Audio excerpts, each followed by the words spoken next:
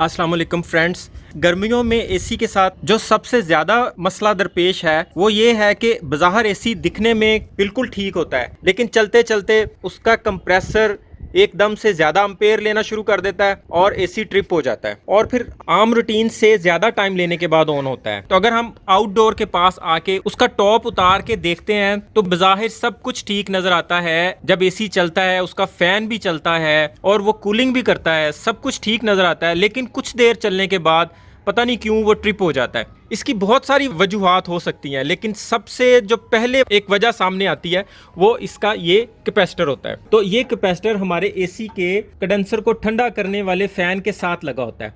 हम देखते हैं कि हमारा तो फ़ैन भी ठीक चलता है, तो फिर क्यों क्या मसला आता है।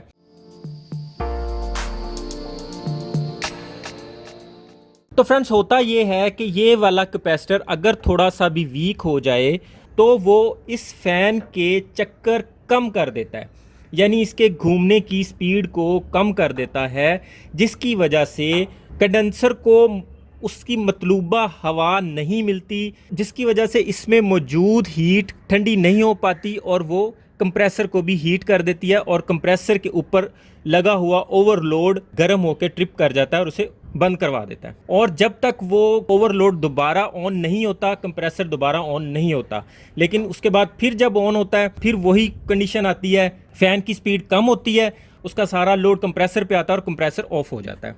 फ्रेंड्स, ज़्यादातर ये वाली कंडीशन बहुत ज़्यादा गर्मी की सूरत में ही आपको देखने में मिलेगी। अब हमें देखना है कि हमारा ये कैपेसिटर ठीक है या इसी का फॉल्ट है।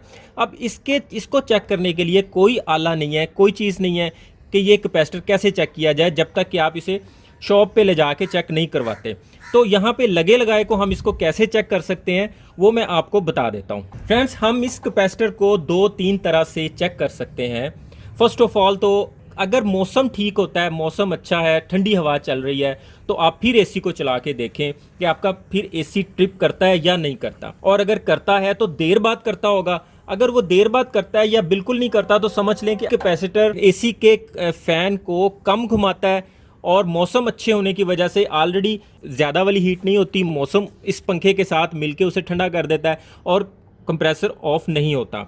एक तो ये बात होगी। अब बात ये आती है कि मौसम ठंडा होता ही नहीं तो फिर क्या करें। तो आपने क्या करना है, टॉप को खोले बगैर आपने अगर इस कैपेसिटर को चेक करना है और ये चेक करना है कि हमारा फॉल्ट कहाँ पे हो सकता है, क्यों ये एसी बार बार ट्रिप करता है। तो फ्रेंड्स, हमने आउटडोर के इस साइड पे जहां कंडेंसर की जालियां होती हैं वहां पे हमने आर्जी तौर पे कोई भी फैन लगा देना है, पेडेस्टल फैन या कोई भी फैन लगा देंगे, जिससे कंडेंसर की जालियां उस फैन की वजह से भी ठंडा होना शुरू हो जाएंगी। अगर आपका यहाँ फैन लगाने की वजह से आपका एसी ट्रिप नहीं करता, ठीक से चलना शुरू हो जाता है, तो समझ लें हमारा ये वाला फैन का कैपेसिटर ही खराब है। तो आप इसे खोल के नया कैपेसिटर लगा सकते हैं। इस फैन के चक्कर पूरे हो जाएंगे, कंडेंसर में से ठीक से हवा गुजरना शुरू हो जाएगी और ये ठंडा होना शुरू हो जाएगा और फिर आपका एसी ट्रिप नहीं करेगा। और अगर आपका आउटडोर किसी ऐसी जगह पे लगा हुआ है कि जहां आप उस पे फैन नहीं लगा सकते, पेडेस्टल फैन की जगह नहीं है या फैन की वहां एक्सेस नहीं हो सकती, तो फ्रेंड्स आपने चलते हुए एसी की इन जालियों में पानी डालना शुरू कर देना है और साथ में आपने चेक करना है कि एसी आपका ट्रिप तो नहीं करता।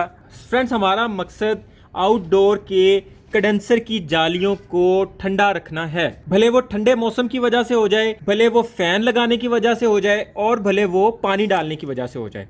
हमें इनको एक दफ़ा ठंडा करके चेक करना है कि हमारे कैपेसिटर में मसला है या नहीं। अगर तो ये जालियां ठंडी करने की वजह से एसी का कंप्रेसर ट्रिप नहीं करता तो इट्स मीन कि हमारा वो फैन कैपेसिटर ही खराब है। 100-150 रुपए के खर्चे में हमारा वो काम हो जाएगा। फ्रेंड्स, हमने फैन भी चलते हुए एसी पे लगाना है, पानी भी चलते हुए एसी पे ही डालना है ताकि हमें पता चल सके कैपेसिटर खराब है या नहीं। अगर हमारा एसी पानी डालने से या फैन चलाने से ट्रिप नहीं करता तो फिर हम सिंपली इस कैपेसिटर को खोल लेंगे। मैकेनिक हजरात को तो इनकी वायर्स का पता होता है कि कहाँ पे कौन सी लगानी है। अगर आपको नहीं पता तो आप सिंपली इनको उतारने से पहले इनकी एक तस्वीर ले लें ताकि आपको इनकी वायर्स के कलर का पता चल जाए और आप दोबारा वहीं पे लगा सकें।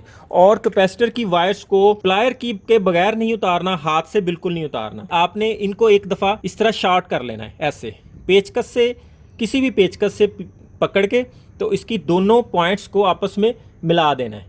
क्योंकि करंट अगर स्टोर हुआ है तो वो रिलीज हो जाए। और ये काम करने से पहले आपने इनडोर का बटन ऑफ करके स्विच बाहर निकाल देना है। यहाँ आपने देख लेना है कि ये कितने माइक्रोफैरड का कैपेसिटर लगा हुआ है। ये 2.5 का है।